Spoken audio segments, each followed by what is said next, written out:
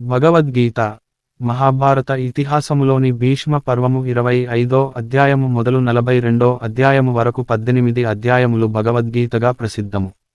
కాని గీత ఒక ప్రత్యేక గ్రంథముగా భావింపబడుతుంది. సాక్షాత్తు కృష్ణ భగవానుడు బోధించిన జ్ఞానము గనుక ఇది హిందువుల పరమ పవిత్ర గ్రంథాలలో ఒకటి. సిద్ధాంత గ్రంథమైన భగవద్గీతయందు వేదాంత, యోగ విశేషాలున్నాయి. భగవద్గీతను తరచుగా గీత అని సంక్షిప్త నామంతో పిలుస్తారు. దీనిని గీతోపనిషత్తు అని కూడా అంటారు.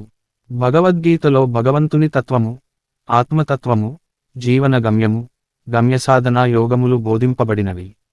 భగవద్గీత మహాభారతము యుద్ధానికి ఆదిలో ఆవిర్భవించింది. దాయాదులైన కౌరవ పాండవులు రాజ్యాధికారం కోసం యుద్ధానికి సిద్ధమయ్యారు. పాండవ వీరుడైన అర్జునునకు రథసారథి శ్రీకృష్ణుడు. యుద్ధానికి ఇరువైపువారు శంఖాలు పూరించారు. అర్జునుని కోరికపై కృష్ణుడు రణభూమి మధ్యకు రథాన్ని తెచ్చాడు. అర్జునుడు ఇరువైపులా పరికించి చూడగా తన బంధువులు, గురువులు, స్నేహితులు కనిపించారు. వారిని చూచి అతని హృదయం వికలమైంది. రాజ్యం కోసం బంధుమిత్రులను చంపుకోవడం నిష్ప్రయోజనమనిపించింది. దిక్కుతోచని అర్జునుడు శ్రీకృష్ణుని నా కర్తవ్యమేమి అని అడిగాడు. అలా అర్జునునికి అతని రథసారథి శ్రీకృష్ణునికి మధ్య జరిగిన సంవాదమే భగవద్గీత. భగవద్గీత విశిష్టత. భగవద్గీత ఉపనిషత్తుల సారమని, గీతాపఠనం కర్తవ్య నిర్వహణకు, పాపహరణకు మార్గమని హిందువుల విశ్వాసం. కర్మయోగము, భక్తియోగము, జ్ఞానయోగము అనే 3 జీవన మార్గాలు, భగవంతుని తత్వము, ఆత్మస్వరూపము ఇందులో ముఖ్యాంశములు. భగవద్గీతకు హిందూ మతంలో ఉన్న విశిష్ట స్థానాన్ని ప్రశంసించే కొన్ని ఆర్యోక్తులు ఇవి. సర్వోపనిషదో గావఃదోగ్ధ గోపాలనందన పార్థో వత్స అస్సుధీర్భోక్తా దుగ్ధం గీతామృతం మహత్. శ్రీకృష్ణుడను గొల్లవాడు ఉపనిషత్తులనెడు గోవుల నుండి అర్జునుడనెడి దూడను నిమిత్తముగా చేసుకొని గీత అను అమృతమును పితికిను. బుద్ధిమంతులు అంతా ఈ గీతామృతమును పానము చేయవచ్చును. ప్రతి వ్యక్తి గీతను శ్రవణ, కీర్తన, పఠన, పాఠన, మనన, ధారణాదుల ద్వారా సేవింపవలెను. అది పద్మనాభుని ముఖ కమలము నుండి ప్రభవించింది. మహాభారతం భీష్మ పర్వం. నేను గీతను ఆశ్రయించి ఉండును. గీత నా నివాసము. గీతాధ్యయనము చేయువాడు భగవంతుని సేవించినట్లే. వరాహ పురాణం. నిరాశ, సందేహములు నన్ను చుట్టుముట్టినప్పుడు, ఆశాకిరణములు గోచరించినప్పుడు నేను భగవద్గీతను తెరవగానే నన్ను ఓదార్చే శ్లోకము ఒకటి కనిపిస్తుంది. ఆ దుఃఖంలో కూడా నాలో చిరునవ్వులు దయిస్తాయి. భగవద్గీతను మననం చేసేవారు ప్రతిదినము దాని నుండి క్రొత్త అర్థాలు గ్రహించి ఆనందిస్తారు. జానపద సంస్కృతి. జానపద కథలతో సంబంధం ఉన్న స్త్రీలకు సంబంధించిన అనేక అంశాలను డాక్యుమెంట్ చేయడం తెలుగు వికీపీడియా నిర్వహిస్తున్న స్త్రీవాదము జానపదము 2024 ప్రాజెక్టులో పాల్గొని వ్యాసాలు రాయండి. అమూల్యమైన బహుమతులు గెలుచుకోండి. ధారావాహికలోని భాగం. భగవద్గీత మహాభారత ఇతిహాసములోని భీష్మ పర్వము 25వ అధ్యాయము మొదలు 42వ అధ్యాయము వరకు 18 అధ్యాయములు భగవద్గీతగా ప్రసిద్ధము. కాని గీత ఒక ప్రత్యేక గ్రంథముగా భావింపబడుతుంది. సాక్షాత్తు కృష్ణ భగవానుడు బోధించిన జ్ఞానము గనుక ఇది హిందువుల పరమ పవిత్ర గ్రంథాలలో ఒకటి. సిద్ధాంత గ్రంథమైన భగవద్గీతయందు వేదాంత, యోగ విశేషాలున్నాయి. భగవద్గీతను తరచుగా గీత అని సంక్షిప్త నామంతో పిలుస్తారు. దీనిని గీతోపనిషత్తు అని కూడా అంటారు. భగవద్గీతలో భగవంతుని తత్వము, ఆత్మతత్వము, జీవన గమ్యము, గమ్యసాధన యోగములు బోధింపబడినవి. యోగములు. 1. అర్జున విషాద. 2. సాంఖ్య. 3. కర్మ. 4. జ్ఞాన. 5. కర్మ సన్యాస. 6. ఆత్మ సంయమ. 7. జ్ఞాన విజ్ఞాన. 8. అక్షర పరబ్రహ్మ. 9. రాజవిద్యారాజగుహ్య. 10. విభూతి. 11. విశ్వరూప సందర్శన. 12. భక్తి యోగము. 13. క్షేత్రజ్ఞ విభాగ. 14. గుణత్రయ విభాగ. 15. పురుషోత్తమ ప్రాప్తి. 16. దైవాసుర సంపద్విభాగ. 17. శ్రద్ధాత్రయ విభాగ. 18. మోక్ష సన్యాస. గీతా మహాత్యము. గీత సంస్కృత పాఠము. గీత తెలుగు అనువాదము. హిందూ ధర్మశాస్త్రాలు. భగవద్గీత మహాభారతము యుద్ధానికి ఆదిలో ఆవిర్భవించింది. దాయాదులైన కౌరవ పాండవులు రాజ్యాధికారం కోసం యుద్ధానికి సిద్ధమయ్యారు. పాండవ వీరుడైన అర్జునునకు రథసారథి శ్రీకృష్ణుడు. యుద్ధానికి ఇరువైపువారు శంఖాలు పూరించారు. అర్జునుని కోరికపై కృష్ణుడు రణభూమి మధ్యకు రథాన్ని తెచ్చాడు. అర్జునుడు ఇరువైపులా పరికించి చూడగా తన బంధువులు, గురువులు, స్నేహితులు కనిపించారు. వారిని చూచి అతని హృదయం వికలమైంది. రాజ్యం కోసం బంధుమిత్రులను చంపుకోవడం నిష్ప్రయోజనమనిపించింది. దిక్కుతోచని అర్జునుడు శ్రీకృష్ణుని నా కర్తవ్యమేమి అని అడిగాడు. అలా అర్జునునికి అతని రథసారథి శ్రీకృష్ణునికి మధ్య జరిగిన సంవాదమే భగవద్గీత. భగవద్గీత ఉపనిషత్తుల సారమని, గీతాపఠనం కర్తవ్య నిర్వహణకు, పాపహరణకు మార్గమని హిందువుల విశ్వాసం. కర్మయోగము, భక్తియోగము, జ్ఞానయోగము అనే 3 జీవన మార్గాలు, భగవంతుని తత్వము, ఆత్మస్వరూపము ఇందులో ముఖ్యాంశములు. భగవద్గీతకు హిందూ మతంలో ఉన్న విశిష్ట స్థానాన్ని ప్రశంసించే కొన్ని ఆర్యోక్తులు ఇవి. సర్వోపనిషదో గావఃదోగ్ధా గోపాలనందన పార్థో వత్స అస్సుధీర్భోక్తా దుగ్ధం గీతామృతం మహత్. శ్రీకృష్ణుడను గొల్లవాడు ఉపనిషత్తులనెడు గోవుల నుండి అర్జునుడనెడి దూడను నిమిత్తముగా చేసుకొని గీత అను అమృతమును పితికిను. బుద్ధిమంతులు అంతా ఈ గీతామృతమును పానము చేయవచ్చును. ప్రతి వ్యక్తి గీతను శ్రవణ, కీర్తన, పఠన, పాఠన, మనన, ధారణాదుల ద్వారా సేవింపవలెను. అది పద్మనాభుని ముఖ కమలము నుండి ప్రభవించింది. మహాభారతం భీష్మ పర్వం. నేను గీతను ఆశ్రయించి ఉండును. గీత నా నివాసము. గీతాధ్యయనము చేయువాడు భగవంతుని సేవించినట్లే. వరాహ పురాణం. నిరాశ, సందేహములు నన్ను చుట్టుముట్టినప్పుడు, ఆశాకిరణములు గోచరించినప్పుడు నేను భగవద్గీతను తెరవగానే నన్ను ఓదార్చే శ్లోకము ఒకటి కనిపిస్తుంది. ఆ దుఃఖంలో కూడా నాలో చిరునవ్వులు దయిస్తాయి. భగవద్గీతను మననం చేసేవారు ప్రతిదినము దాని నుండి క్రొత్త అర్థాలు గ్రహించి ఆనందిస్తారు. మహాత్మా గాంధీ. భగవద్గీతలో ముఖ్య విషయాలు. గీతా సారము. భగవద్గీత గురించి ఎన్నో వ్యాఖ్యానాలున్నాయి. ఎందరో పండితులు, సామాన్యులు, ఔత్సాహికులు కూడా అర్థాలు, అంతరార్థాలు, సందేశాలు, విశేషాలు వివరించారు.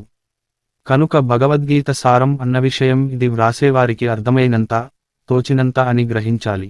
కర్తవ్య విమూఢుడైన అర్జునుడికి జ్ఞానం బోధించి, కర్తవ్యం వైపు నడిపించడం అనేది గీత లక్ష్యం అని సందర్భానుసారంగా అనుకోవచ్చును. అయితే అర్జునుడు ఒక పట్టాన ఈ విషయాన్ని అంగీకరించక ప్రశ్నిస్తూ ఉంటాడు. శిష్యునిపై వాత్సల్యంతో శ్రీకృష్ణుడు అతనికి నిగూఢమైన, వేరెవరికీ తెలియని అనేక విషయాలు బోధిస్తాడు. ఆత్మ నిత్య సత్యమైనది, చావులేనిది. మృత్యువు వారిని శరీరాల నుండి వేరు చేస్తుందే కానీ ఆత్మను చంపదు. సత్యమైన జ్ఞానము ఆత్మజ్ఞానమే అంటే తనను తాను తెలుసుకోవడమే, తనలోని అంతరాత్మ గురించి తెలుసుకోవడమే. అభ్యాస వైరాగ్యముల ద్వారా యోగి, వస్తు ప్రపంచాన్ని వదిలి సర్వోత్కృష్టమైన పరబ్రహ్మాన్ని చేరగలడు. భక్తి, కర్మ, ధ్యాన, జ్ఞానం మార్గాలలో భగవంతుని చేరవచ్చును. మనిషి కర్మ చేయకుండా ఉండడం సాధ్యం కాదు. అయితే కర్మల వలన దోషాలు కూడా తప్పవు. సత్పురుషుల ద్వారా జ్ఞానాన్ని సంపాదించి, సత్కర్మలు ఆచరించాలి. కర్మలపై ప్రతిఫలాన్ని ఆశించరాదు. అన్ని కర్మల ఫలాన్ని భగవంతునకు ధారపోయాలి. కృష్ణుడే పరబ్రహ్మము. సృష్టిలోని సకలము భగవంతుని అంశతోనే ఉన్నాయి. అన్ని పూజల, యజ్ఞాల ఫలాలు ఆ దేవదేవునకే చెందుతాయి. బ్రహ్మతత్వాన్ని తెలుసుకోవడానికి శ్రీకృష్ణుడు అర్జునునకు తాత్కాలికముగా దివ్యదృష్టిని ప్రసాదించాడు. అనంతము, తేజోమయము, సర్వవ్యాప్తము, కాలస్వరూపము అయిన ఆ శ్రీకృష్ణుని విశ్వరూపాన్ని చూసి అర్జునుడు తరించాడు. ప్రకృతిలో సకల జీవాలు సత్వరజస్తమో గుణాలచే నిండి ఉన్నాయి. భగవంతునకు శరణాగతుడైన వాడికి ఈ గుణాల బంధం నుండి విముక్తి లభిస్తుంది. ఆత్మతత్వము. జీవన కర్తవ్యము కర్మ, జ్ఞానము, భక్తి, యోగ సాధన. భగవత్తత్వము. శ్రద్ధ, గుణ విభాగము. భగవద్గీత విభాగాలు. భగవద్గీతలో మొత్తం 18 అధ్యాయాలున్నాయి. ఒక్కొక్క అధ్యాయాన్ని ఒక్కొక్క యోగము అని చెబుతారు. వీటిలో 1 నుండి 6 వరకు అధ్యాయాలను కలిపి కర్మషట్కము అని అంటారు. 7 నుండి 12 వరకు అధ్యాయాలను భక్తి షట్కము అని అంటారు. 13 నుండి 18 వరకు జ్ఞాన షట్కము. ఒక్కొక్క యోగంలోని ప్రధాన విషయాలు ఇక్కడ ఇవ్వబడ్డాయి. అధ్యాయం శీర్షిక లేత నీలి రంగులో ఉంది. దానిపై క్లిక్ చేస్తే వికీసోర్స్లోని ఆ అధ్యాయానికి దారి తీస్తుంది. అర్జున విషాద యోగము ప్రథమాధ్యాయం. ధర్మక్షేత్రమైన కురుక్షేత్రంలో నావారు, పాండుపుత్రులు ఏమి చేశారు సంజయ అనే ధృతరాష్ట్రుని ప్రశ్నతో ఈ యోగం మొదలవుతుంది. తరువాత సంజయుడు అక్కడ జరిగినదంతా చెబుతాడు. మొదట ఇరు పక్షాల సేనలను సంజయుడు వర్ణిస్తాడు. అర్జునుని కోరికపై పార్థసారథి అయిన కృష్ణుడు ఉభయసేనల మధ్య రథాన్ని నిలిపాడు. అర్జునుడు కురుక్షేత్రంలో మోహరించి ఉన్న సేనలను చూశాడు. ప్రాణాలకు తెగించి యుద్ధానికి వచ్చిన బంధు, గురు, మిత్రులను చూశాడు. వీరందరినీ చంపుకొని రాజ్యం పొందడమా అని మనసు వికలం అయింది. కృష్ణ, నాకు రాజ్యం వద్దు, సుఖం వద్దు. నేను యుద్ధం చేయను, నాకు ఏమీ తోచడం లేదు, కర్తవ్యాన్ని బోధించు అని ప్రార్థించాడు. 2. సాంఖ్య యోగము ద్వితీయాధ్యాయము. సాంఖ్యము అనగా ఆత్మానాత్మ వివేచన. కర్తవ్య విమూఢుడైన అర్జునుని కృష్ణుడు మందలించాడు. తరువాత అర్జునునికి ఆత్మతత్వాన్ని బోధించాడు. తానే చంపేవాడినన్న భ్రమ వద్దని తెలిపాడు. ఇది గీతలోని తత్వం విశదపరచిన ప్రధానాధ్యాయం. దీనిని సంక్షిప్త గీత అని కూడా అంటారు. శరీరానికి ఆత్మకు ఉన్న భేదాన్ని భగవంతుడు వివరించాడు. ఆత్మ శాశ్వతమని, దానికి మరణం లేదని, ఒక శరీరం నుండి మరొక శరీరానికి మారుతుందని వివరించాడు. దానికి శీతోష్ణ సుఖదుఃఖాల వంటి ద్వంద్వాలు లేవు. ఇంద్రియాలకు విషయ సంపర్కం వలన ద్వంద్వానుభవాలు కలుగుతుంటాయి. సుఖ దుఃఖాలు, లాభనష్టాలు, జయాపజయాలు వంటి ద్వంద్వ విషయాల పట్ల సమబుద్ధిని కలిగి ఫలాపేక్ష రహితంగా కర్మలు చేయాలి.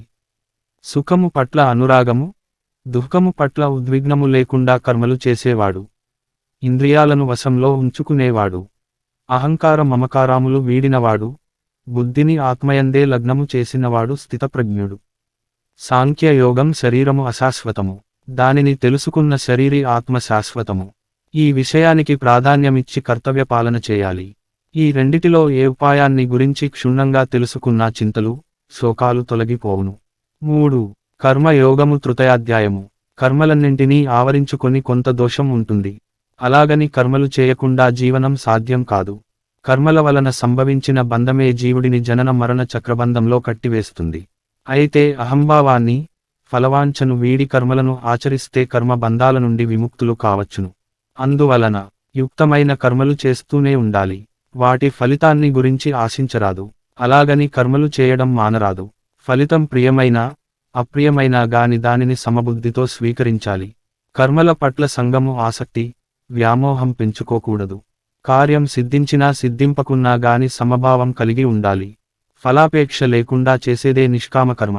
ఫలాపేక్షతో చేసే కామ్యకర్మలు నీచమైనవి. లోక కళ్యాణం కోసం చేసే కర్మలు భగవంతునికి ప్రీతికరమైనవి. ఇవి బంధం కలిగించవు, మోక్షప్రదాలు. ఈశ్వరార్పణ బుద్ధితో చేసే కర్మ పవిత్రమైన యజ్ఞం వంటిది. ఇదే కర్మయోగము. కర్మణ్యేవాధికారస్తే మాఫలే సుఖదాచన, మా కర్మఫలాగే దుర్భుమాతే సంగోస్త్వ కర్మని. 4. జ్ఞానయోగము చతుర్థాధ్యాయము. ఆత్మను, పరమాత్ముని గురించిన జ్ఞానమే మోక్షప్రదము. అది నిష్కామ కర్మ వలన లభిస్తుంది. నిష్కామ కర్మ వలన శుద్ధమైన చిత్తం జ్ఞానోదయానికి సరైన క్షేత్రం. ఈ పరమ జ్ఞానాన్ని పురాతన కాలంలో సూర్యునకు భగవంతుడు ఉపదేశించాడు. లోకంలో ధర్మాన్ని రక్షించడానికి, దుర్మార్గులను శిక్షించడానికి యుగయుగమున భగవంతుడు అవతరిస్తాడు. ఈ అధ్యాయంలో కృష్ణుడు తన పరమాత్మ తత్వాన్ని ఇలా బోధించాడు. ధర్మానికి హాని కలిగి ఆధర్మం పెచ్చుమీరినప్పుడు నేను సాధు సంరక్షణ కోసం, దుష్ట శిక్షణ కోసం, ధర్మ పునఃస్థాపన కోసం ప్రతియుగంలోనూ అవతరిస్తుంటాను. నేను సమస్త ప్రాణులకు ఈశ్వరుడను, జనన మరణ రహితుడను అయినా గాని నా మాయాశక్తిచే నన్ను నేను సృజించుకుంటుంటాను. మానవులు నన్ను ఏ విధంగా ఆరాధిస్తారో ఆ రూపంలోనే వారిని అనుగ్రహిస్తుంటాను. రాగ భయ క్రోధాదులను త్యజించి నన్నే ధ్యానించేవారు నన్ను పొందుతారు. కర్మ ఫలాసక్తిని విడచి, నిత్యతృప్తుడై, అహంకార మమకారాలను పరిత్యజించి, సుఖదుఃఖాలకు అతీతుడైన, సమదృష్టి కలిగిన, త్యాగబుద్ధి కలిగిన సాధకునికి జ్ఞానం సులభంగా లభిస్తుంది. జ్ఞానంతో సమానమైన పావనకరమింకొకటి లేదు. ఇంద్రియ నిగ్రహము, శ్రద్ధ కలిగి ఆత్మధ్యానం చేసే సాధకునికి పరమశాంతిని ప్రసాదించే జ్ఞానం కలుగుతుంది. జ్ఞానం లేనివాడు, శ్రద్ధ లేనివాడు, సంశయాత్ముడు ఇహపరలోకాలలోనూ శాంతిని పొందలేడు. 5. కర్మసన్యాస యోగము పంచమాధ్యాయము. ఇంతకు కర్మను చేయాలా, త్యజించాలా అని అర్జునుడి సందేహం. అందుకు కృష్ణుడు చెప్పిన సమాధానం కర్మ చేయకుండా ఉండడం కర్మ సన్యాసం కాదు. నిష్కామ కర్మ ఆచరిస్తూ, కర్మ ఫలాలను త్యజించడం వలన జ్ఞాని అయినవాడు మోక్షాన్ని పొందుతాడు. ఈ సాధన ధ్యానయోగానికి దారి తీస్తుంది. ఫలాసక్తిని విడచి, బ్రహ్మార్పణ బుద్ధితో కర్మ చేసే సన్యాసికి సర్వము బ్రహ్మమయంగా కనిపిస్తుంది. ఈ సమత్వమే బ్రహ్మజ్ఞానానికి అత్యవసరం. ఎల్లప్పుడూ చేయదగిన కర్మను సంగరహితంగా చేసిన మానవుడు పరమపదాన్ని పొందుతాడు. 6. ఆత్మసంయమ యోగము షష్ఠాధ్యాయము. ఈ అధ్యాయంలో వివిధ యోగసాధనా విధానాలు చెప్పబడ్డాయి. ఇంద్రియ మనోబుద్ధులను అదుపులో ఉంచుకొని ధ్యానంలో మనసు నిలుపుకోవాలి. ఇది సులభం కాదు. ఈ ప్రయత్నంలో ఎవరిని వారే నిగ్రహించుకొని ఉద్ధరించుకోవాలి. ధ్యానం సరిగా సాగాలంటే ఆహారం, నిద్ర, వినోదం, సౌఖ్యం వంటి విషయాలలో సంయమనం పాటించాలి. అతి ఎక్కడా కూడదు. మనస్సు చంచలం కనుక అది చెదిరిపోతూ ఉంటుంది. అభ్యాసం, వైరాగ్యం అనే బలమైన సాధనల ద్వారా మనసును నిగ్రహించుకొనవచ్చును. ధ్యానానికి అంతరాయం కలిగే సంకల్పాలను దూరంగా ఉంచాలి. సమస్త ప్రాణుల సుఖదుఃఖాలను తనవిగా తలచి వాటిపట్ల దయ, కరుణ, ఆర్ద్రత, సహాయత చూపాలి. ఒకవేళ యోగసాధన మధ్యలో ఆగిపోయినా దాని ఫలితం వలన ముందు జన్మలో జీవుడు యోగోన్ముఖుడై గమ్యాన్ని చేరగలడు. 7. జ్ఞాన విజ్ఞాన యోగము సప్తమాధ్యాయము. విజ్ఞానము అనగా అనుభవ జ్ఞానం. ఈ అధ్యాయంలో భగవంతుని తత్వం గూర్చిన జ్ఞానం, ఆయన స్వరూపము, మాయ, సర్వాంతర్యామిత్వం పరిచయం చేయబడినాయి. ఆయనకు శరణుజొచ్చుట మాత్రమే సరైన భక్తి మార్గం. వారికే ఆయన కరుణ లభిస్తుంది. వేలాదిలో ఏ ఒక్కడో మోక్షసిద్ధికై ప్రయత్నిస్తాడు. వారిలో ఏ ఒక్కడో భగవంతుని తెలుసుకోగలుగుతాడు. భగవంతుని ప్రకృతి మాయ మనస్సు, బుద్ధి, అహంకారము, పంచభూతములు అనే 8 తత్వాలుగా విభజింపబడింది. ఇది అపరా ప్రకృతి. ఇంతకంటే ఉత్తమమైనది పరాప్రకృతి భగవంతుని చైతన్యము. ఈ రెండింటి సంయోగం వలన సృష్టి జరుగుతుంది. మణిహారంలో సూత్రంలాగా భగవంతుడు విశ్వమంతటా వ్యాపించియున్నాడు. భగవంతు కంటే వేరుగా ఏదీ లేదు. ఆర్తులు, అర్థార్థులు, జిజ్ఞాసువులు, జ్ఞానులు అనే 4 విధాలైన భక్తులు భగవంతుని ఆరాధిస్తారు. వారిలో జ్ఞాని సర్వము వాసుదేవమయమని తెలుసుకొని కొలుస్తువాడు గనుక అతడు భగవంతునికి ప్రియతముడు. అనేక దేవతల రూపాలలో భగవంతుని ఆరాధించే భక్తులను ఆయా దేవతల స్వరూపంలో వాసుదేవుడు అనుగ్రహిస్తాడు. దేవతలనారాధించేవారు దేవతలను, సర్వేశ్వరుని ఆరాధించేవారు సర్వేశ్వరుని పొందుతారు. జన్మ జరా మరణాల నుండి మోక్షాన్ని పొందగోరినవారు దేవదేవుని వాసుదేవుని ఆశ్రయించి, సమస్తము ఆ బ్రహ్మమే అని తెలుసుకుని బ్రహ్మమును పొందుతారు. 8. అక్షర పరబ్రహ్మ యోగము అష్టమాధ్యాయము. బ్రహ్మము, ఆధ్యాత్మము, కర్మ, అధిభూతము, అధిదైవము అనే విషయాల వివరణ ఈ అధ్యాయంలో చెప్పబడింది. నిత్యమైన, సత్యమైన పరమపదము, పరబ్రహ్మము గూర్చి చెప్పబడింది. క్షరము అనగా నశించునది, నాశరహితమైన పరబ్రహ్మమే అక్షరము. జన్మరాహిత్యం గురించి బోధించేది ఆత్మ విద్య. అంత్యకాలంలో భగవంతుని ధ్యానిస్తూ దేహాన్ని త్యజించేవాడు నిస్సందేహంగా పరబ్రహ్మమును చేరుకుంటాడు. ఓంకారాన్ని ఉచ్చరిస్తూ దేహాన్ని విడచేవాడు పరమపదాన్ని పొందుతాడు. అన్య చింతన లేకుండా నిశ్చల మనస్సుతో సదా స్మరణ చేసేవానికి ఇది సాధ్యమవుతుంది. అలా భగవంతుని పొందినవానికి పునర్జన్మ లేదు. బ్రహ్మ చేసిన సృష్టి మరల బ్రహ్మకు రాత్రి కాగానే లయిస్తుంది. సమస్తము నశించినా నిశ్చలంగా ఉండే పరబ్రహ్మ స్థానం శ్రీకృష్ణుని ఆవాసం. అక్కడికి చేరినవారికి తిరిగి వెళ్లడం ఉండదు. అనన్య భక్తి చేతనే ఆ దివ్యపదాన్ని చేరుకోగలరు. 9. రాజవిద్యా రాజగుహ్య యోగము నవమాధ్యాయము. కర్మయోగము, జ్ఞానయోగము, కర్మ సన్యాస యోగము, ఆత్మ సంయమ యోగము, జ్ఞాన విజ్ఞాన యోగములలో జీవన విధానానికి మార్గం, భగవత్ప్రాప్తికి సాధనం నిర్దేశించబడినాయి. అక్షర పరబ్రహ్మ యోగంలో పరబ్రహ్మాన్ని గురించిన పరిచయం జరిగింది. 9వ అధ్యాయం అయిన రాజవిద్యా రాజగుహ్య యోగము కృష్ణుడు తానే భగవంతుడనని, సృష్టి స్థితి లయకారకుడనని తెలిపాడు. ఇది పవిత్రమైన జ్ఞానము. అన్నింటా విస్తరించిన పరమాత్ముని గురించి, ఆయనను పొందు విధము గురించి చెప్పబడింది. కృష్ణుడు ఈ యోగంలో చెప్పిన విషయ సారాంశం. విద్యలలో ఉత్తమమైనది, అతి నిగూఢమైనది ఈ బ్రహ్మ విద్య. జీవుని మోక్ష రహస్యాన్ని తెలియజేస్తుంది. అర్జున, నా ఆధ్వర్యంలోనే సమస్త చరాచర సృష్టి జనిస్తుంది. కల్పాంతంలో నాలోనే విలీనమై మళ్లీ కల్పాదిలో సృష్టింపబడుతుంది. ఈ జగత్తుకు నేనే తల్లిని, తండ్రిని, పూర్వుడను, కర్మఫల ప్రదాతను. ప్రణవనాదాన్ని, వేదాలు, వేద విద్య, వేదాల ద్వారా తెలియదగినవాడను నేనే. సర్వాన్ని భరించేవాడిని, ఆశ్రయాన్ని, బీజాన్ని, శరణునొసగేవాడిని, సాక్షిని, సృష్టి స్థితి లయకారకుడను, సత్స్వరూపుడను, అమృతుడను. మూఢులు నా తత్వాన్ని తెలియజాలక వ్యర్థమైన ఆశలతోనూ, నిష్ప్రయోజనమైన కర్మలతోనూ నశిస్తున్నారు. సజ్జనులు నన్ను సదా కీర్తిస్తూ జ్ఞానయోగం ద్వారా ఆరాధిస్తారు. అనన్య చింతనతో నన్ను ఉపాసించేవారి యోగక్షేమాలు నేనే వహిస్తాను. అన్య దేవతలను ఆరాధించేవారు కూడా నన్నే ఆరాధిస్తున్నారు. నేనొసగే కామ్యార్థాలను ఆయా దేవతల ద్వారా పొందుతున్నారు. నన్ను కొలిచేవారు నన్నే పొందుతారు. పవిత్రమైన హృదయంతో నాకు పత్రము, పుష్పము, ఫలము, జలము ఏది తర్పించినా దానిని స్వీకరించి నేను తృప్తుడనవుతాను. ఏ పని చేసినా ఆ కర్మఫలం నాకు సమర్పిస్తే నీవు కర్మబంధం నుండి విముక్తుడవవుతావు. నన్ను ఆరాధించే ఎటువంటి భక్తుడైనా అత్రెన్నటికీ నశింపడు. ఎవరైనా నన్ను ఆశ్రయిస్తే పరమగతిని పొందుతారు. కనుక నాయందే మనసు లగ్నం చేసి, నా భక్తుడవై, నన్నారాధించుము. నన్నే శరణు జొచ్చుము, నన్నే నీవు పొందెదవు. 10.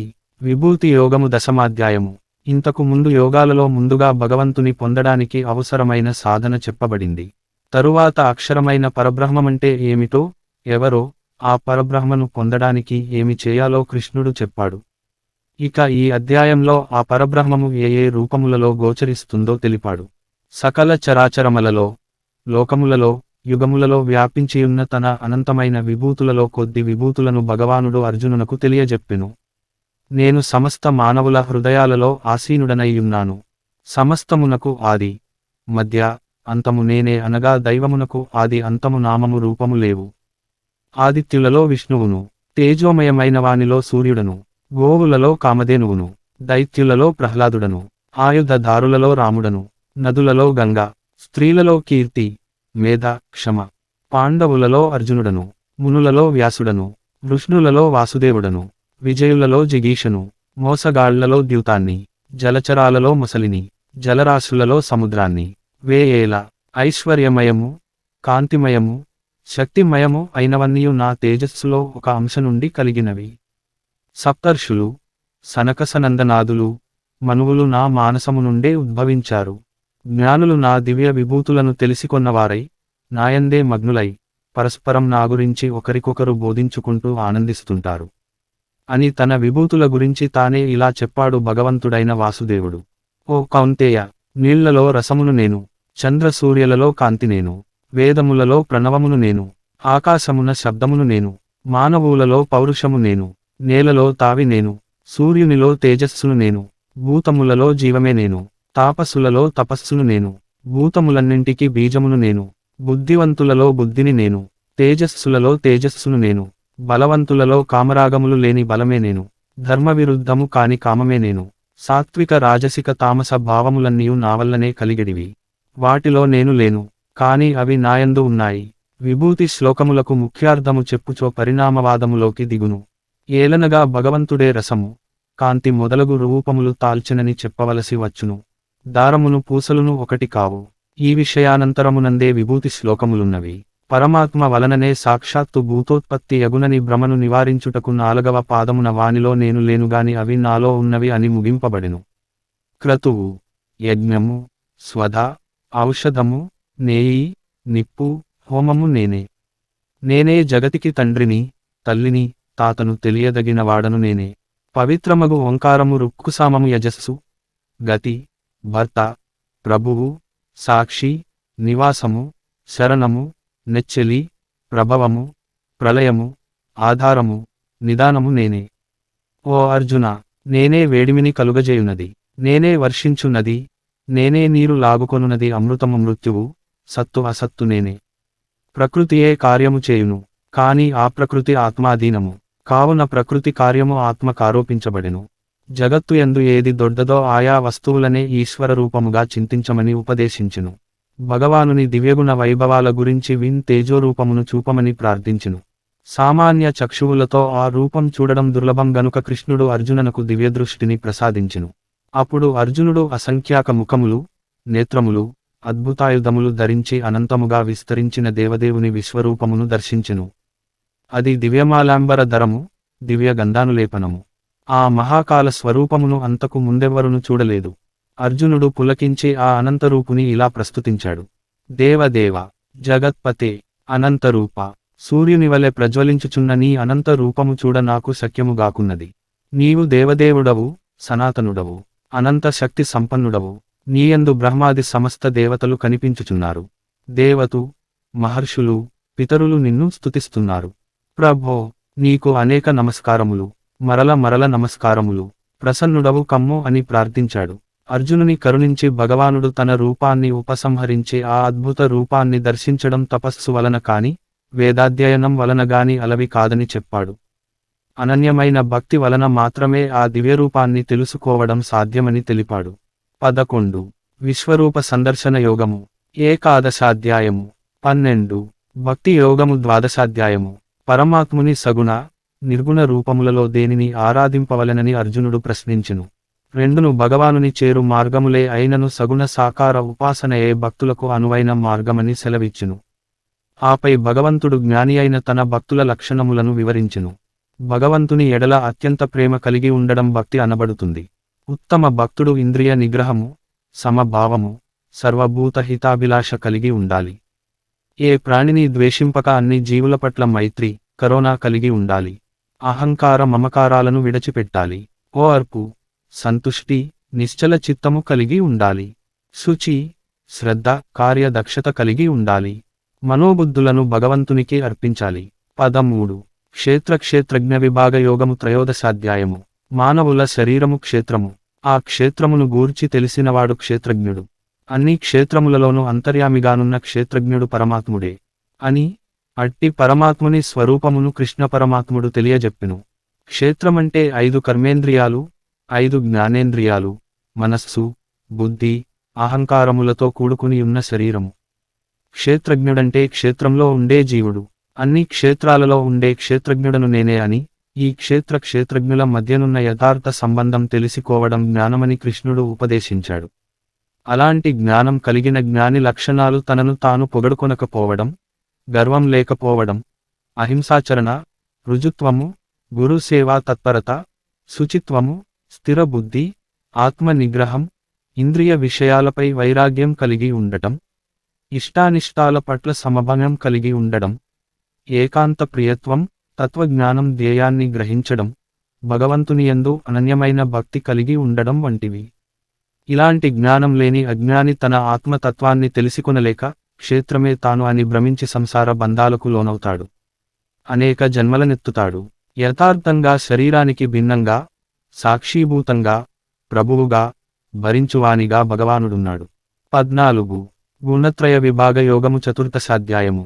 ఆత్మ నాశనరహితమైనది, కాని ప్రకృతి వల్ల ఉద్భవించిన సత్వ రజస్తమో గుణములు జీవాత్మను శరీరమున బంధించును అనుచు శ్రీకృష్ణుడు ఈ 3 గుణముల స్వభావమును, ప్రభావమును వివరించెను. అందరిలోనూ ఉన్న సత్వరజస్తమో గుణాల ప్రభావం వలన జీవులు భిన్నంగా ప్రవర్తిస్తున్నాయి. ఈ త్రిగుణాలు ప్రకృతితో పాటు ఉద్భవించి క్షేత్రజ్ఞుడిని క్షేత్రంలో బంధించి ఉంచుతాయి. బ్రహ్మాండమంతా భగవంతుని కారణంగానే సృజింపబడుతుంది. సత్వగుణం నిర్మలమైనది, ప్రకాశింపజేయునది, జీవునికి సుఖం పట్ల జ్ఞానం పట్ల ఆసక్తిని పెంచి జీవుని బంధిస్తుంది. రజోగుణం ఇంద్రియ విషయాలపై అనురక్తిని, తృష్ణను కలుగజేసి జీవుని నిరంతర కార్యకలాపాలలో బంధించి ఉంచుతుంది. తమోగుణం అజ్ఞానం వలన కలుగుతుంది. భ్రమ, అజాగ్రత్త, నిద్ర, సోమరితనం వంటి వాటిలో జీవుని బంధిస్తుంది. సత్వగుణం వలన జ్ఞానము, రజోగుణం వలన లోభము, తమోగుణం వలన మూఢత్వము కలుగుతాయి. దేనిని ద్వేషింపకుండా, కాంక్షించకుండా, సమత్వంతో నిర్మ మనస్కుడైనవాడు అమృతత్వాన్ని పొందుతాడు. భగవంతుని అచంచల భక్తి విశ్వాసాలతో ఆరాధించేవాడు గుణాతీతుడై బ్రహ్మపదాన్ని పొందడానికి అర్హుడవుతాడు. 15. పురుషోత్తమ ప్రాప్తి యోగము పంచదశాధ్యాయము. త్రిగుణాత్మకమైన సంసార వృక్షమును శ్రీకృష్ణుడు వర్ణించును. జగత్తులో నాశనమొందువాడు క్షరుడు, వినాశరహితుడు అక్షరుడు. వీరిద్దరికంటే ఉత్తమమైనవాడు, అతీతుడు గనుక భగవంతుడు పురుషోత్తముడు. పురుషోత్తమ ప్రాప్తి యోగమును అధ్యాయము యందలి 16వ శ్లోకము.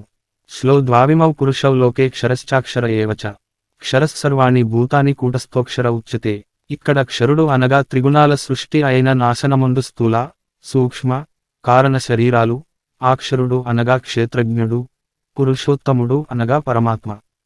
ఈ జ్ఞానం సృష్టి ఆదియందు దేవదేవునిచే సూర్యునికి చెప్పబడింది. తిరిగి మరల ఆ జ్ఞానమే దేవుని మానవరూపము అయిన భగవంతుడు శ్రీకృష్ణ పరమాత్మచే ద్వాపరయుగములో పరమ పవిత్ర పరిశుద్ధ భగవద్గీత రూపములో శ్రీ అర్జునుని కారణంగా చేసుకుని మరల ఈ లోకానికి చెప్పబడింది. 16. దైవాసుర సంపద్విభాగ యోగము షోడశాధ్యాయము. అసుర లక్షణములు, దైవ లక్షణములకు మధ్య అంతరమును భగవంతుడు వివరించెను. మానవులు మనుష్యులుగా, మానవత్వముతో జీవనం సాగించుటకు ఏ లక్షణములను అలవరచుకోవాలి, ఏ లక్షణములకు దూరముగా ఉండాలి అనే విషయములను తెలుసుకొనుటకు ఈ అధ్యాయము ఎంతగానో ఉపయోగపడుతుంది. దైవీ భావములు గలవారిలో ఏ గుణములు ప్రస్ఫుటిస్తాయి, అలాగే అసురీ భావములు గలవారిలో ఏ లక్షణములు ప్రస్ఫుటిస్తాయి అనే విషయములో ఆ భగవానుడు ఎంతో విపులముగా తెలియచేశారు. కనుక ఈ అధ్యాయము ప్రతి ఒక్కరికి ఆచరణాత్మకమైన జ్ఞానమును ప్రసాదిస్తుంది. దైవీ సంపద కలిగిన వారి లక్షణములు ఈ విధముగా ఉంటాయి. భయము లేకుండుట అంతఃకరణమందు నిర్మలత్వము, తత్వజ్ఞానార్థమై ధ్యానమందు నిరంతర దృఢస్థితి, సాత్వికమైన దానము, ఇంద్రియ నిగ్రహము, దైవ గురుపూజనము, అగ్నిహోత్రాది ఉత్తమ కర్మాచరణము, వేదశాస్త్రములు చదువుట, చదివించుట, భగవంతుని గుణ నామకీర్తనము, స్వధర్మ పాలనయందు కష్టముల యందు ఓర్పు, శరీరమున అంతఃకరణమున ఇంద్రియములయందు సరళత్వము, మనోవాక్కాయముల నెవ్వరిని బాధింపకుండుట, సరళ సత్య భాషణము, అపకారి పట్ల కూడా ఇట్టి క్రోధము కలగకుండుట, కర్మలయందు కర్తృత్వ అభిమానము లేకుండుట, ఎవరినీ నిందింపకుండుట, సకల ప్రాణులయందు నిర్హేతుకమైన దయ కలిగియుండుట, ఇంద్రియ విషయ సంయోగము కలిగినను దానియందు ఆసక్తి లేకయుండుట, కొమలత్వము, లోకవిరుద్ధమైన శాస్త్ర విరుద్ధమైన కర్మాచరణయందు లజ్జ కలిగియుండుట, వ్యర్థమైన కర్మలు చేయకుండుట, తేజము, క్షమ, ధైర్యము, బాహ్యశుద్ధి, ఎవరి యందును శత్రు భావము లేకుండుట, తన యందు పూజ్యత అభిమానము లేకుండుట అనునవన్నీ ఓ అర్జున దైవీ సంపద కలిగిన వారి లక్షణములు. ఓ అర్జున, దంభము, దర్పము, దురభిమానము, క్రోధము, పౌరుషము, అజ్ఞానము మొసలగునవి అసురీ సంపదతో పుట్టిన వారి లక్షణములు. 17 శ్రద్ధాత్రయ విభాగ యోగము సప్తదశాధ్యాయము. వివిధ మార్గాలలో పూజలు చేసేవారి శ్రద్ధ ఏ విధమైనది, ఎవరు ఏ విధంగా యజ్ఞానుల దానాలు చేస్తారు. 18 మోక్ష సన్యాస యోగము అష్టదశాధ్యాయము. కనుక అన్ని సంశయములను పరిత్యజించి తనయందే మనసు నిలిపి యుద్ధము కర్మ చేయమని భగవంతుడు ఉపదేశించెను. అర్జునుడు మోహవిరహితుడయ్యెను. యోగేశ్వరుడగు కృష్ణుడు, ధనుర్ధరుడైన పార్థుడు ఉన్న చోట సంపద, విజయము తప్పక ఉంటాయని సంజయుడు ధృతరాష్ట్రునికి చెప్పాడు. భారతీయ షెడ్యూల్డ్ భాషలలో భగవద్గీత అనువాదాలు: 1 సంస్కృతం 2, హిందీ 3, బెంగాలీ 4, అస్సామీ 5, మరాఠీ 6, కన్నడ 7, తెలుగు 8, గుజరాతీ 9, ఒరియా 10, తమిళం 11, ఉర్దూ భాషల్లో భగవద్గీత అనువాదాలు ప్రచురించబడ్డాయి. మిగతా 11 షెడ్యూల్డ్ భాషలలో అనువాదాలు ప్రచురించబడాలి. భగవద్గీత గురించి భాష్యాలు, రచనలు సంస్కృతంలో, తెలుగులో, ఆంగ్లంలో, ఇతర భాషలలో. మరికొన్ని విశేషాలు. గీత గురించిన అభిప్రాయాలు. భగవద్గీత నుండి మార్గదర్శకత్వము పొందినవరిలో ఎందరో యోగులు, తాత్వికులు ఉన్నారు. వారిలో శ్రీ చైతన్య మహాప్రభు ఒకరు. ఈయన హరే కృష్ణ మంత్రోపాసకులు. మహాత్మా గాంధీ తన అహింస సిద్ధాంతానికి గీత నుండే స్ఫూర్తిని పొందారు. గాంధీ మహాభారత యుద్ధాన్ని నిత్య జీవితంలో జరిగే సంఘర్షణలన్నిటికీ వేదిక వంటిదని వర్ణించారు. అంతిమంగా గీత సారము ఆయనకు బ్రిటిష్ వారి వలస పాలనను ఎదిరించడానికి ఒక ఆయుధము వంటి స్ఫూర్తిని ఇచ్చింది. అమెరికా అణు శాస్త్రవేత్త, అణుబాంబు సృష్టించిన మాన్హాటన్ ప్రాజెక్ట్ నిర్దేశకుడైన రాబర్ట్ ఓపెన్హీమర్ 1945లో మొదటి అణ్వాయుధ ప్రయోగాన్ని చూసినప్పుడు ఆ ప్రభావాన్ని వర్ణించడానికి గీతలోని విశ్వరూప ఘట్టాన్నుండి 11:32 ఉదహరించాడని అంటారు. శ్రీ రామకృష్ణ పరమహంస శిష్యులలో అగ్రగణ్యుడైన స్వామి వివేకానంద గీతలోని భక్తి, జ్ఞాన, కర్మ రాజయోగాలకు ఎంతో విపులంగా నూతన భాష్యాన్ని వ్రాశారు. యోగులు కాదలచిన వారు గీతలోని ప్రతి అధ్యాయాన్ని వివరంగా చదవమని స్వామి శివానంద బోధించారు. ఒక యోగి ఆత్మ కథ రచయిత అయిన పరమహంస యోగానంద గీతను ప్రపంచములోని అత్యుత్తమ పవిత్ర గ్రంథముగా పేర్కొన్నారు. భగవద్గీత కాలం. భగవద్గీత ఎప్పుడు వ్రాయబడినదో పూర్తిగా నిర్ధారణ కాలేదు లేదా నిరూపింపబడలేదు. మహాభారత ఇతిహాసమునందలై వివిధ ఖగోళ ఆధారాల అనుసరించి మహాభారత కాలాన్ని క్రీస్తు పూర్వం 3137గా చెప్పబడుతున్నాయి. ఈ తారీఖులు హిందువుల విశ్వాసమైన కలియుగారంభమై 5000 సంవత్సరాలు అయినాయి అనేదానికి అనుకూలంగానే ఉన్నాయి. పురాణాలను అనుసరించి మాత్రం క్రీస్తు పూర్వం 2500గా చెప్పబడుతున్నాయి. పాశ్చాత్య విద్వాంసులు మాత్రం ఈ తారీఖులు క్రీస్తు పూర్వం 2000 సంవత్సరాలుగా చెప్పుచున్నారు. గీతా శ్లోక సంఖ్య. భగవద్గీతలోని శ్లోకాల సంఖ్య గురించి చాలా పరిశోధన జరిగింది, ఇంకా జరుగుతూ ఉంది. మహాభారతంలో భీష్మ పర్వం 43వ అధ్యాయం 4వ శ్లోకం ఇలా ఉంది: షట్శతాని సవింశాని శ్లోకానాం ప్రాహకేశవ అర్జునః సప్తపంచాశత్ సప్తషష్టించ సంజయః ధృతరాష్ట్రః శ్లోకమేకం గీతాయా మానముచ్యతే. దీన్ని బట్టి కృష్ణుడు 620 శ్లోకాలు, అర్జునుడు 57 శ్లోకాలు, సంజయుడు 67 శ్లోకాలు, ధృతరాష్ట్రుడు 1 శ్లోకం చెప్పారు. అంటే మొత్తం 745 శ్లోకాలు. కానీ వాడుకలో ఉన్న భగవద్గీత ప్రతిని బట్టి కృష్ణుడు 574 శ్లోకాలు, అర్జునుడు 84 శ్లోకాలు, సంజయుడు 41 శ్లోకాలు, ధృతరాష్ట్రుడు 1 శ్లోకం చెప్పారు. అంటే మొత్తం 700. మరి కొన్ని ప్రతులలో 13వ అధ్యాయం క్షేత్రజ్ఞ విభాగయోగం మొదట్లో అర్జునుడు అడిగినట్లుగా ప్రకృతిం పురుషం చైవ అని ఒక ప్రశ్న ఉంది. అది కనుక కలుపుకుంటే మొత్తం 701 శ్లోకాలు అవుతాయి. ఇవి కాకుండా రాజస్థాన్లోని కదియవాడ్లో భోజ-బూర్జర పత్రాలపై రాసిన భగవద్గీత పాఠాంతరం ఒకటి బయటపడిందని, దానిలో ఏకంగా 755 శ్లోకాలు ఉన్నాయని తమ గీతా మకరందం 1963 రెండవ ముద్రణలో విద్యాప్రకాశానందగిరి వారు సుఖబ్రహ్మాశ్రమము, కాళహస్తి రాశారు. కానీ దీనిని గురించి మరిన్ని వివరాలు అందుబాటులో లేవు. ఏది ఏమైనా మహాభారత శ్లోకం ప్రక్షిప్తం కాదనుకుంటే మరొక 44/45 అమూల్యమైన శ్లోకాలు కాలగర్భంలో కలిసిపోయాయని చెప్పచ్చు. ఘంటసాల భగవద్గీత మహాభారతము సమగ్ర సారాంశము. భక్తుడైన అర్జునునకు ఒనర్చిన ఉపదేశమే గీతా సారాంశము. భారత యుద్ధము జరుగరాదని సర్వ విధముల భగవానుడు ప్రయత్నించెను. కాని ఆ మహానుభావుని ప్రయత్నములు వ్యర్థములాయెను. అటు పిమ్మట శ్రీకృష్ణుడు పార్థునకు సారథి అయి నిలిచెను. యుద్ధ రంగమున అర్జునుని కోరిక మేరకు రథమును నిలిపెను. అర్జునుడు ఉభయ సైన్యములలో గల తండ్రులను, గురువులను, మేనమామలను, సోదరులను, మనుమలను, మిత్రులను చూచి హృదయము ద్రవించి, స్వజనమును చంపుటకు ఇష్టపడక నాకు విజయము వలదు, రాజ్య సుఖము వలదు అని ధనుర్బాణములను క్రింద వైచె. దుఃఖితుడైన అర్జునుని చూచి శ్రీకృష్ణ పరమాత్మ, దుఃఖింప తగని వారిని గూర్చి దుఃఖించుట అనుచితము. ఆత్మానాత్మ వివేకులు అనిత్యములైన శరీరములను గూర్చిగాని, నిత్యములు శాశ్వతములు అయిన ఆత్మలను గూర్చిగాని దుఃఖింపరు. జీవునకు దేహమునందు బాల్యము, యౌవనము, ముసలితనము ఎట్లో మరొక దేహమును పొందుటకు కూడా అట్లే కనుక ఈ విషయమున ధీరులు మోహము నొందరు. మనుష్యుడు ఎట్లు చినిగిన వస్త్రములను వదలి నూతన వస్త్రములను ధరించునో అట్లే ఆత్మ జీవాత్మ జీర్ణమైన శరీరమును వదలి క్రొత్త శరీరమును ధరించుచున్నది. అర్ధరాత్రి 2:22. ఆత్మ నాశనము లేనిది. ఆత్మను శస్త్రములు ఛేదింపజాలవు, అగ్ని దహింపజాలదు, నీరు తడుపజాలదు, వాయువు అర్పివేయును సమర్థము కాదు. ఆత్మ నాశనము లేనిది. అర్ధరాత్రి 2:23. పుట్టినవానికి మరణము తప్పదు, మరణించిన వానికి జన్మము తప్పదు. అనివార్యమగు ఈ విషయమును గూర్చి శోకింపతగదు. అర్ధరాత్రి 2:27. యుద్ధమున మరణించినచో వీరస్వర్గమును పొందెదవు, జయించినచో రాజ్యమును భోగింతువు. కావున అర్జున, యుద్ధమును చేయు కృతనిశ్చయుడవైలెమ్ము. అర్ధరాత్రి 2:37. కర్మలను ఆచరించుటయందే నీకు అధికారము కలదు కాని వాని ఫలితము పైన లేదు. నీవు కర్మఫలమునకు కారణము కారాదు, అట్లని కర్మలను చేయుట మానరాదు. అర్ధరాత్రి 2:47. దుఃఖములు కలిగినప్పుడు దిగులు చెందనివాడును, సుఖములు కలిగినప్పుడు స్పృహ కోల్పోనివాడును, రాగము, భయము, క్రోధము పోయిన వాడును స్థితప్రజ్ఞుడని చెప్పబడును. అర్ధరాత్రి 3:04.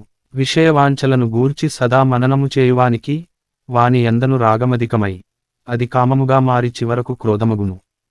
2.62 క్రోధము వలన అవివేకము కలుగును.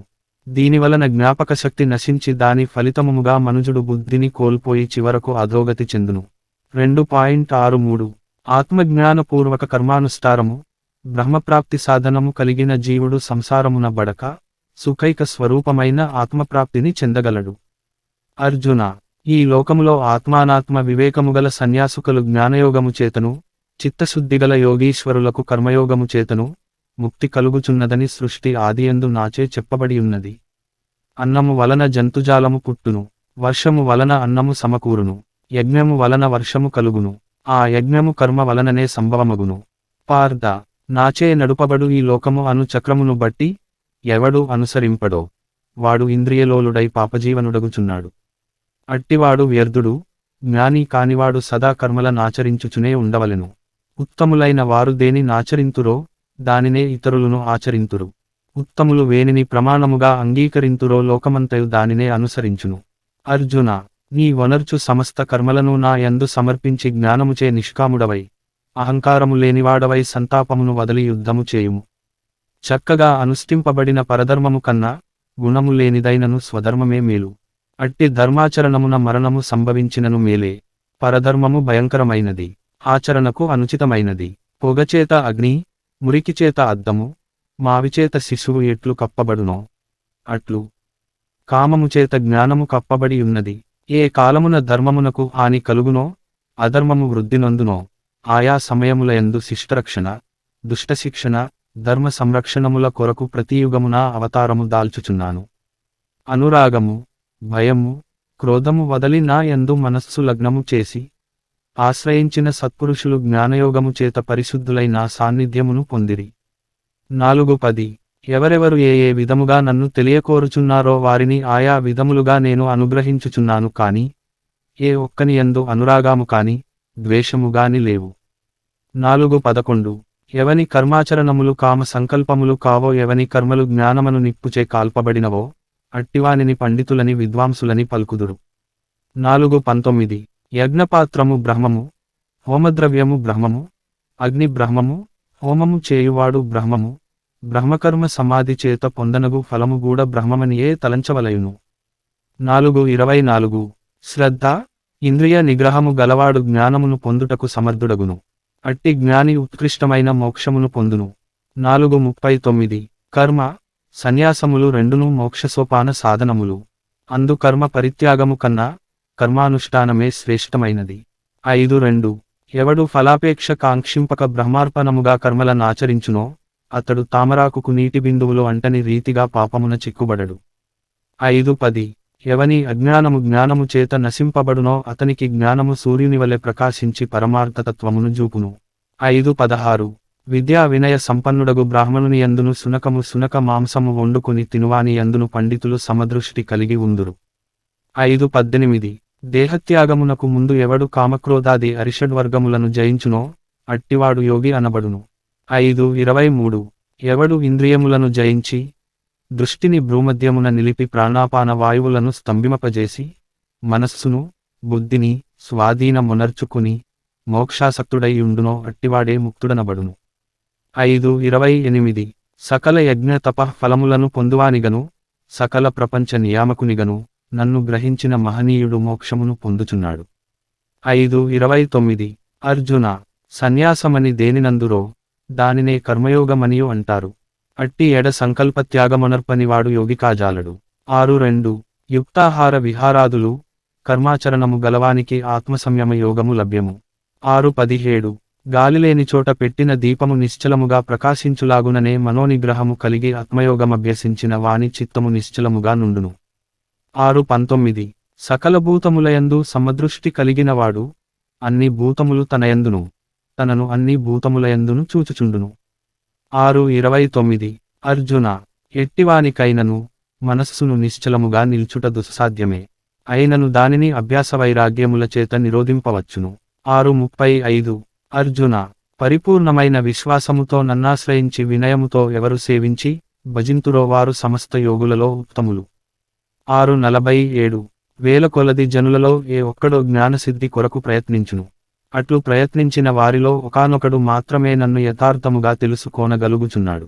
7:3 భూమి, జలము, అగ్ని, వాయువు, ఆకాశము, మనస్సు, బుద్ధి, అహంకారము అని నా మాయాశక్తి 8 విధములైన భేదములతో ఒప్పియున్నదని గ్రహింపుము. అర్జున నా కన్నా గొప్పవాడుగాని గొప్ప వస్తువుగాని మరేదియును ఈ ప్రపంచమున లేదు. సూత్రమున మణులు గృచ్చబడినట్లు ఈ జగమంతయు నాయందు నిక్షిప్తమై ఉంది. 7:7 భూమియందు సుగంధము, అగ్నియందు తేజము, ఎల్ల భూతముల యందు ఆయువు, తపస్సుల యందు తపస్సు నేనుగా ఎరుగుము. 7:9 పార్థ త్రిగుణాత్మకము, దైవ సంబంధమగు నా మాయ అతిక్రమింపరానిది. కాని నన్ను శరణుజొచ్చిన వారికి ఈ మాయ సులభ సాధ్యము. 7:14 ఆర్తులు, జిజ్ఞాసులు, అర్ధకాములు, జ్ఞానులు అను 4 విధములైన పుణ్యాత్ములు నన్నాశ్రయించుచున్నారు. 7:16 జ్ఞానసంపన్నుడైన మానవుడు అనేక జన్మములెత్తిన పిమ్మట విజ్ఞాని అయి నన్ను శరణము నొందుచున్నాడు. 7:19 ఎవడు అంత్యకాలమున నన్ను స్మరించుచు శరీరమును వదలుచున్నాడో వాడు నన్నే చెందుచున్నాడు. 8:5 అర్జున ఎవడు అభ్యాసయోగముతో ఏకాగ్రచిత్తమున దివ్యరూపుడైన మహాపురుషుని స్మరించునో అట్టివాడు ఆ పరమపురుషునే చెందుచున్నాడు.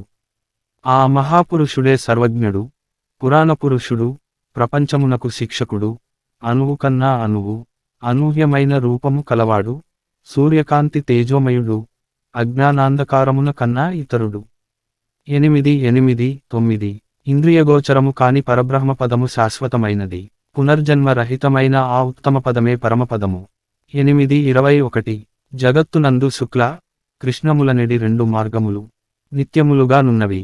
అందు మొదటి మార్గము వలన జన్మరాహిత్యము, రెండవదాని వలన పునర్జన్మము కలుగుచున్నవి. 8:26 యోగి అయినవాడు వేదాధ్యయనము వలన, యజ్ఞతపోదానాదుల వలన కలుగు పుణ్యఫలమును ఆశింపక ఉత్తమమైన బ్రహ్మ పదవిని పొందగలడు. 8:28 పార్థ ప్రళయకాలమునందు సకల ప్రాణులను నాయందు లీనమగుచున్నవి, మరల కల్పాదియందు సకల ప్రాణులను నేనే సృష్టించుచున్నాను. 9:7 ఏ మానవుడు సర్వకాల సర్వావస్థలయందును నన్నే ధ్యానించుచుండునో, అట్టివాని యోగక్షేమములు నేనే వహించుచున్నాను. 9:22 ఎవడు భక్తితో నాకు పత్రమైనాను, పుష్పమైనను, ఫలమైనను, ఉదకమైనను ఫలాపేక్షరహితముగా సమర్పించుచున్నాడో, అట్టివానిని నేను ప్రీతితో స్వీకరించుచున్నాను. 9:26 పార్థ నాయందు మనస్సు లగ్నము చేసి ఎల్లకాలము యందు భక్తి శ్రద్ధలతో స్థిరచిత్తుడవై పూజించితినేని నన్నే పొందగలవు. 9:34 కశ్యాపాది మహర్షి సప్తకము, సనకసనందనాదులు, స్వయంభూవాది మనువులు నావలననే జన్మించిరి. పిమ్మట వారి వలన ఎల్లలోకమందలి సమస్త భూతములు జన్మించును. 10:6 పండితులు నాయందు చిత్తముగలవారై నాయందే తమ ప్రాణములుంచి నా మహిమానుభావ మెరింగి ఒకరికొకరు ఉపదేశములు గావించుకొనుచు బ్రహ్మానందముననుభవించుచున్నారు. 10:9 సమస్త భూతముల మనస్సులందున్న పరమాత్మ స్వరూపుడను నేనే, వాని ఉత్పత్తి, పెంపు నాశములకు నేనే కారకుడను. 10:20 వేదములలో సామవేదము, దేవతలలో దేవేంద్రుడు, ఇంద్రియములలో మనస్సు, ప్రాణులందరి బుద్ధి నేనే. 10:22 రాక్షసులలో ప్రహ్లాదుడు, గణికులలో కాలము, మృగములలో సింహము, పక్షులలో గరుత్మంతుడు నేనే. 10:30 లోకమునందు ఐశ్వర్యయుక్తమై, పరాక్రమయుక్తమై, కాంతియుక్తమైన సమస్త వస్తువులు నా తేజోభాగము వలననే సంభవములు. పార్థ దివ్యములై, నానావిధములై, అనేక వర్ణములై, అనేక విశేషములు గల నా స్వస్వరూపమును కనులార దర్శింపుము. 11:5 ప్రభో కృష్ణ దేవా ఎల్ల దేవతలు, ఎల్ల ప్రాణులు, బ్రహ్మాదులు, ఋషీశ్వరులు, వాసుకి మొదలగుగాగల ఎల్ల సర్పములు నీయందు నాకు గోచరమగుచున్నవి. ఈశ్వర నీ విశ్వరూపము అనేక బాహువులతో, ఉదరములతో, ముఖములతో ఒప్పియున్నది. అట్లయు నీ ఆకారమున ఆద్యంత మధ్యమములను గుర్తింపజాలకున్నాను. కోరలచే భయంకరమై, ప్రళయాగ్ని సమానములైన నీ ముఖములను చూచుట వలన నాకు దిక్కులు తెలియకున్నవి. కాన ప్రభో నాయందు దయముంచి నాకు ప్రసన్నుడవు కమ్ము కృష్ణ, ప్రసన్నుడవు కమ్ము. 11, 15, 16, 20 అర్జున ఈ ప్రపంచమునెల్ల నశింపజేయు బలిష్టమైన కాలస్వరూపుడను నేనే. ఈ యుద్ధమునకు సిద్ధపడిన వారిని నీవు చంపకున్నను బ్రతుకగల వారిందెవ్వరును లేరు. 11:32 ఇప్పటికే ద్రోణ, భీష్మ, జయద్రథ కర్ణాది యోధ వీరులు నాచే సంహరింపబడిరి. ఇక మిగిలిన శత్రువీరులను నీవు సంహరింపుము. 11:34 అనేక భుజములు గల నీ విశ్వరూపమును ఉపసంహరించి, కిరీటము, గద, చక్రము ధరించిన నీ సహజ సుందరమైన స్వరూపమును దర్శింపగోరుచున్నాను కృష్ణ. 11:46 అర్జున నీవు దర్శించిన ఈ నా స్వరూపమును ఎవరునూ చూడజాలరు. ఈ విశ్వరూపమును దర్శింప దేవతలందరునూ సదా కోరుచుందురు. 11:52 ఎవరు నాయందే మనస్సు లగ్నము చేసి, శ్రద్ధాభక్తులతో నన్ను ధ్యానించుచున్నారో అట్టివారు నాకు ప్రీతిపాత్రులు. వారే ఉత్తమ పురుషులు. 12:2 అభ్యాసయోగము కన్న జ్ఞానము, జ్ఞానము కన్న ధ్యానము, దానికన్న కర్మఫల త్యాగము శ్రేష్టము. అట్టి త్యాగము వల్ల సంసార బంధనము తొలగి, మోక్షప్రాప్తి సంభవించుచున్నది. 12:12 ఎవడు కోరికలు లేనివాడై, పవిత్రుడై, పక్షపాతరహితుడై, భయమును వీడి, కర్మఫల త్యాగి అయి నాకు భక్తుడగునో, అట్టివాడు నాకు మిక్కిలి ప్రీతిపాత్రుడు. 12:16 శత్రుమిత్రులయందును, మానావమానములయందును, శీతోష్ణ సుఖ దుఃఖాదులయందును సమబుద్ధి కలిగి సంగరహితుడై, నిత్యసంతుష్టుడై, చలించని మనస్సు గలవాడై, నాయందు భక్తి ప్రవత్తులు చూపు మానవుడు నాకు ప్రీతిపాత్రుడు. అర్జున దేహము క్షేత్రమనియు, దేహము నెరిగినవాడు క్షేత్రజ్ఞుడనియు పెద్దలు చెప్పుదురు. 13:1 ఆత్మజ్ఞానమునందు మనస్సు లగ్నము చేయుట, మోక్షప్రాప్తి యందు దృష్టి కలిగియుండుట జ్ఞానమార్గములనియు, వానికి ఇతరములైనవి అజ్ఞానములనియు చెప్పబడును. 13:11 ప్రకృతిని మాయయని ఎందురు, అది శరీర సుఖదుఃఖాదులను తెలియజేయును. క్షేత్రజ్ఞుడు ఆ సుఖదుఃఖాదులను అనుభవించుచుండెను. 13:20 శరీరము నశించినను తాను నశింపక ఎవడు సమస్త భూతములందున్న పరమేశ్వరుని చూచునో వాడే ఎరిగినవాడు. 13:27 అర్జున గుణనాశరహితుడైనవాడు పరమాత్మ, అట్టి పరమాత్మ దేహాంతర్గుడయ్యేను, కర్మలనాచారించువాడు కాడు. 13:31 పార్థ సూర్యుడొక్కడే ఎల్ల జగత్తులను ఏ విధముగా ప్రకాశింపజేయుచున్నాడో ఆ విధముగానే క్షేత్రజ్ఞుడు ఎల్ల దేహములను ప్రకాశింపజేయుచున్నాడు. 13:33 జ్ఞానార్జనమున మహనీయులైన ఋషీశ్వరులు మోక్షమును పొందిరి, అట్టి మహత్తరమైన జ్ఞానమును నీకు ఉపదేశించుచున్నాను. 14:1 అర్జున ప్రపంచమున జన్మించు ఎల్ల చరాచర సమూహములకు ప్రకృతి తల్లి వంటిది, నేను పరమాత్మ తండ్రి వంటి వాడను. అర్జున త్రిగుణములలో సత్వగుణము నిర్మలమగుటంజేసి సుఖ జ్ఞానాభిలాషల చేత ఆత్మను దేహమునందు బంధించుచున్నది. 14:6 ఓ కౌంతేయ రజో గుణము కోరికలయందో అభిమానము అనురాగము పుట్టించి ఆత్మను బంధించుచున్నది. అజ్ఞానము వలన బుట్టునది తమోగుణము, అది సర్వప్రాణులను మోహింపజేయున్నది. ఆ గుణం మనుజుని ఆలస్యముతోనూ అజాగ్రత్తతోనూ నిద్రతోనూ బద్ధుని చేయును. మానవమనములయందు శత్రుమిత్రులయందు సమమైన మనస్సు గలవానిని త్రిగుణాతీతుడందురు. బ్రహ్మమే మూలముగా నికృష్టమైన అహంకారము కొమ్మలుగా గల అశ్వర్థ వృక్షము అనాది అయినది. అట్టి సంసార వృక్షమునకు వేదములు ఆకులు వంటివి, అట్టిదాని నెరింగినవాడే వేదార్థసార మెరింగినవాడు. పునరావృత్తి రహితమైన మోక్షపదము సూర్యచంద్రాదుల ప్రకాశమున కతీతమై నా ఉత్తమ పదమై ఉన్నది. దేహులందు జఠరాగ్ని స్వరూపుడనై వారు భుజించు భక్ష్య భోజ్య చోష్య లేహ్య పదార్థముల జీర్ణము చేయుచున్నాను. పార్థ సాహసము ఓర్పు ధైర్యము శుద్ధి ఇతరులను వంచింపకుండుట కావరము లేకుండుట మొదలుగు గుణములు దైవాంశ సంభూతులకుండును. అట్లే డంబము గర్వము అభిమానము క్రోధము కఠినపు మాటలాడుట అవివేకము మొదలగు గుణములు రాక్షసాంశమున బుట్టిన వారికుండును. కామ క్రోధ లోభములు ఆత్మను నాశమును చేయును, అవి నరకప్రాప్తికి హేతువులు కావున వానిని వదిలివేయవలెను. శాస్త్ర విషయములననుసరింపక ఇచ్ఛామార్గమున ప్రవర్తించువాడు సుఖసిద్ధులను పొందజాలడు, పరమపదమునందజాలడు. జీవులకు గల శ్రద్ధ పూర్వజన్మ వాసనాబలము వలన లభ్యము, అది రాజసము సాత్వికము తామసములని 3 విధములుగా నున్నవి. సత్వగుణులు దేవతలను, రాజోగుణులు యక్షరాక్షసులను, తమోగుణులు భూతప్రేతగణంబులను శ్రద్ధాభక్తులతో పూజించుచుందురు. ఇతరుల మనస్సుల నొప్పింపనిదియు ప్రియము హితములతో కూడిన సత్యభాషణము వేదాధ్యనమునర్చుట వాచకతపస్సని చెప్పబడును. జ్యోతిష్ఠోమాది కర్మల నాచరింపకుండుట సన్యాసమనియు కర్మఫలము ఈశ్వరార్పణ మొనర్చుట త్యాగమనియు పెద్దలు చెప్పుదురు. కర్మములు ప్రియములు అప్రియములు ప్రియాతి ప్రియములని 3 విధములు. కర్మఫలము కోరినవారు జన్మాంతరములందు ఆ ఫలములను పొందుచున్నాడు, కోరని వారు ఆ ఫలములను జన్మాంతరమున పొందజాలకున్నారు. అర్జున కర్మమోక్ష మార్గముల కర్తవ్య భయాభయముల బంధమోక్షముల ఏ జ్ఞానమెరుగుచున్నదో అది సత్వగుణ సముద్భనమని ఎరుగుము. ఈశ్వరుడు ఎల్ల భూతములకు నియామకుడై ప్రాణుల హృదయ ముందన్నవాడై అంత్రగాడు బొమ్మలనాడించు రీతిగా ప్రాణుల భ్రమింపజేయుచున్నాడు. సమస్త కర్మల నాకర్పించి నన్నే శరణుబొందిన ఎల్ల పాపముల నుండి నిన్ను విముక్తుని గావింతును. నీవు చింతింపకుము, ఎవడు పరమోత్కృష్టమైనదియు పరమరహస్యమైన ఈ గీతాశాస్త్రమును నా భక్తులకుపదేశము చేయుచున్నాడో వాడు మోక్షమున కర్హుడు. ధనంజయ పరమగోప్యమైన ఈ గీతాశాస్త్రమును చక్కగా వింటివా? నీ అజ్ఞాన జనితమైన అవివేకము నశించినదా? కృష్ణ అచ్యుత నా అవివేకము నీ దయవలన తొలగెను, నాకు సుజ్ఞానము లభించింది, నాకు సందేహములన్నీయు తొలగినవి, నీ ఆజ్ఞను శిరసావహించదను. యోగీశ్వరుడైన శ్రీకృష్ణుడు ధనుర్ధారియగు అర్జునుడు ఎచ్చట నుందురో అచ్చట సంపద విజయము ఐశ్వర్యము స్థిరమగు నీతియుండును. గీతాశాస్త్రమును ఎవరు పఠింతురో వారు భయశోకాది వర్జితులై విష్ణు సాయుజ్యమును పొందుదురు.